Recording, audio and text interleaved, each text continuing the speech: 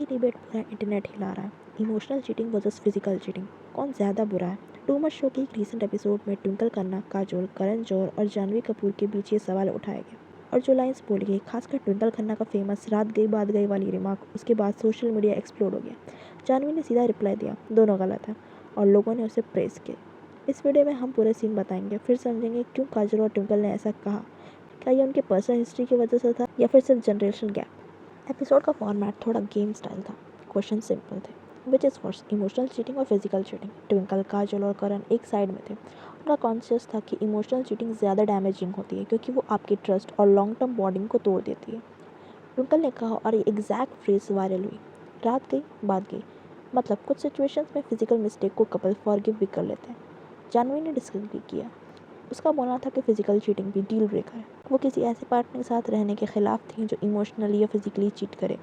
इस क्लिप का net effect, Janvi को प्रेज मिला और होस्ट को ऑनलाइन बैकलैश। लोगों का रिएक्शन दो चीज़ों से आया। फर्स्ट, टोन, रात गई बात गई सुन के लगता था कि होस्ट फिजिकल बिट्रेयल को हल्का ले रहे हैं। सेकेंड, कॉन्टेक्स्ट, जब स्टैब्लिश्ड एक्टर्स या राइटर इस तरह बोले तो पब्लिक सोचती है ये एक प्रिविलेज्ड व्यू पॉइंट है, इसलिए सोशल मीडिया ने तुरंत रिएक्शन दिया और कुछ साइकोलॉजिस्ट ने भी कहा कि फॉरगिविंग ओनली अप्रोच कभी कभी इमोशनल सप्रेशन की निशानी होता है। ये रिएक्शन नेचुरल था क्योंकि चीटिंग एक इमोशनल टॉपिक और ऑडियंस को लगता है कि होस्ट ने जल्दी ही सिंप्लीफाई कर दिया। अगर हम थोड़ा कॉन्टेक्स्ट डालें तो पिक्चर क्लियर है। ट्विंकल खन्ना अब राइटर, कॉमर्शियलिस्ट और एक स्टेबल फैमिली लाइफ में उन्होंने 2001 में अक्षय कुमार से शादी की और तब से एक कमिटेड मैरिड लाइफ चला रही हैं। वो अब 50s की डिकेड में है और अपनी लाइफ एक्सपीरियंस के बेस पे फॉरगिवनेस रख सकती हैं। वहीं काजोल 1999 से अजय देवगन के साथ मैरिड है। दोनों इंडस्ट्री में लॉन्ग टाइम से हैं और काजोल ने खुद इंटरव्यूज़ में कहा है कि उन्होंने पास्ट इश्यूज़ रिजॉल्व किए हैं और अब रिलेशनशिप को लेकर एक नॉन पर्सपेक्टिव है।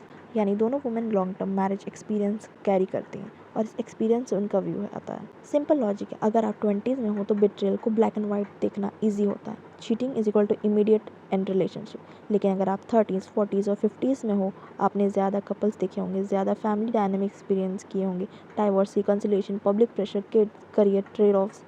इसीलिए कुछ लोग प्रैक्टिकल पर्सपेक्टिव से कह सकते हैं हर सिचुएशन सेम नहीं होता, कुछ चीज़ें कॉन्टेक्स्ट में रिजॉल्व होती हैं। यही ट्विंकल और काजोल का पॉइंट रहा होगा जब उन्होंने इमोशनल बिट्रेयल को ज़्यादा डैमेजिंग बताया।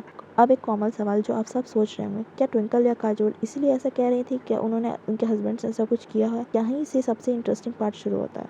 देखो, जब ट्विंकल और काजोल जैसे experience actors emotional cheating is worse बोलती हैं तो लोग नेचुरली सोचने लगते हैं कि उनके पर्सनल एक्सपीरियंस से इंस्पायर्ड है। और let's be honest, Bollywood industry में रूमर्स का तो पूरा मार्केट चलता है। अगर हम बात करें अक्षय कुमार की, उनके नाम के साथ कई एक्ट्रेस के नाम जोड़े गए थे even after his marriage with twinkle. Media reports और गॉसिप कॉलम्स ने उनका नाम प्रियंका चोपड़ा, रवीना टंडन और शिल्पा शेट्टी के साथ लिंक हुआ था। स्पेशली प्रियंका के साथ उनका इक्वेशन इतना नेटवर्दी बन गया था कि एलिगली ट्विंकल ने सेट पर जाकर क्लियर कर दिया था कि अक्षय और प्रियंका फिर कभी साथ काम नहीं करेंगे।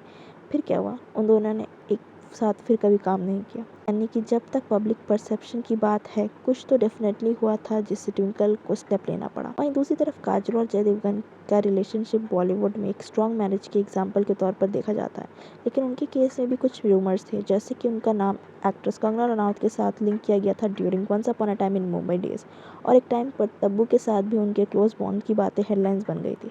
काजोल ने कभी ओपनली रिएक्ट नहीं किया, पर उनका emotionally stronger than physical cheating वाला स्टांस देख के लोग स्पेकुलेट करते हैं कि शायद उन्होंने भी कुछ फेस किया होगा पर्सनली जिससे उनका परसेप्शन चेंज हुआ है।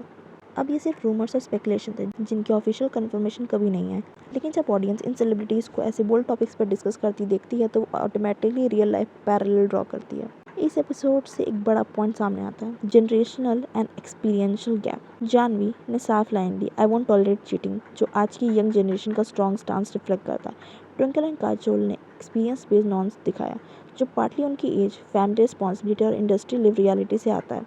सोशल मीडिया ने एक क्विक मॉरल जजमेंट दे दिया, या तो सीन जानवी और टोन डेफ होस्ट, पर असली डिबेट ज़्यादा कॉम्प्लेक्स है, forgiveness versus non tolerance, practicality versus principle. My opinion that Twinkle and Kajol का स्टांस नॉर्मलाइजिंग नहीं बल्कि वो अपनी लाइफ एक्सपीरियंस से बोल रहे थे। जानवी का स्टांस इक्वली वैलिड और इस डिबेट का एसेंस यही है, इंसान की बाउंड्री अलग अलग होती है। और हाँ, अगर आप किसी पब्लिक फिगर को जज करते हो तो फैक्ट्स चाहिए, रूमर से कंक्लूजन्स बनाना सही नहीं है। आपको क्या लगता है, आप किसकी साइड हो? रात गई बात गई और डील ब्रोकन। कमेंट करके बताइए, और अगर आपको ये एनालिसिस पसंद आया हो तो लाइक करें, शेयर करें और सब्सक्राइब करें। हम लाते रहेंगे ऐसे ही डीप, फेयर और स्पाइसी बॉलीवुड ब्रेकडाउन्स।